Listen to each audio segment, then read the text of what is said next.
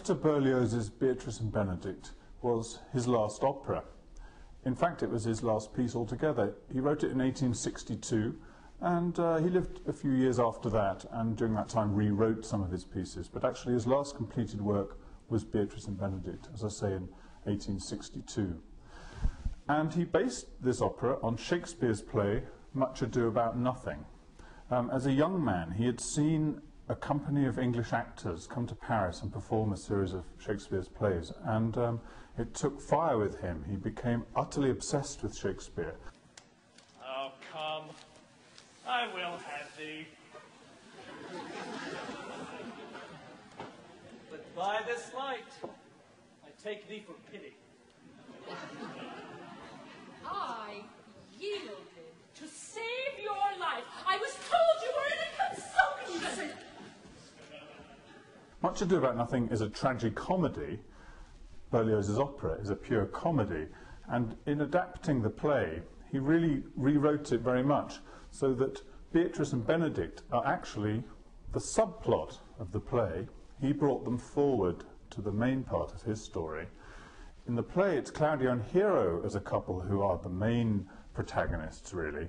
And their romance is actually through the course of the play, and this is where the tragicomedy comes in.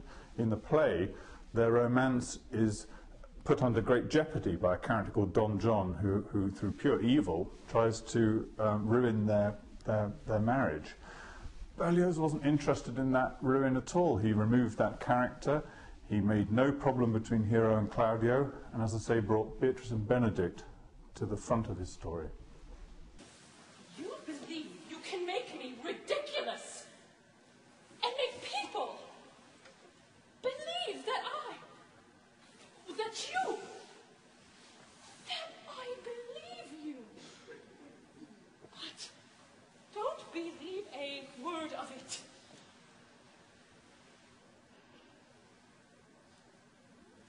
So, Hector, I know you rewrote the opera in French, but if it's all the same with you, we're going to do it in English so that, is that okay?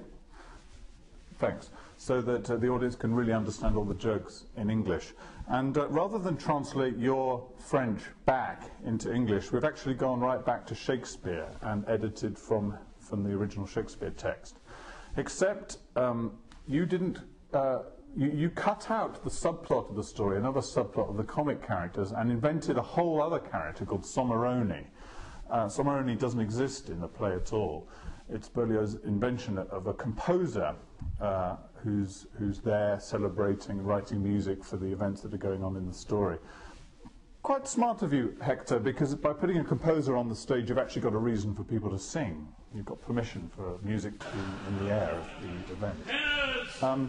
So this character not existing in Shakespeare, we can't find that text for him in Shakespeare. So, well, Donald Maxwell, who plays that part, he's pretty clever at seeing what inspires him on the night to bring his character to life. So, Hector, we love your opera. We're having a great time listening to this piece you wrote in your old age, but it's so full of youthful joy and spirit, and thank you. It's really lovely, and I hope we do it justice for you.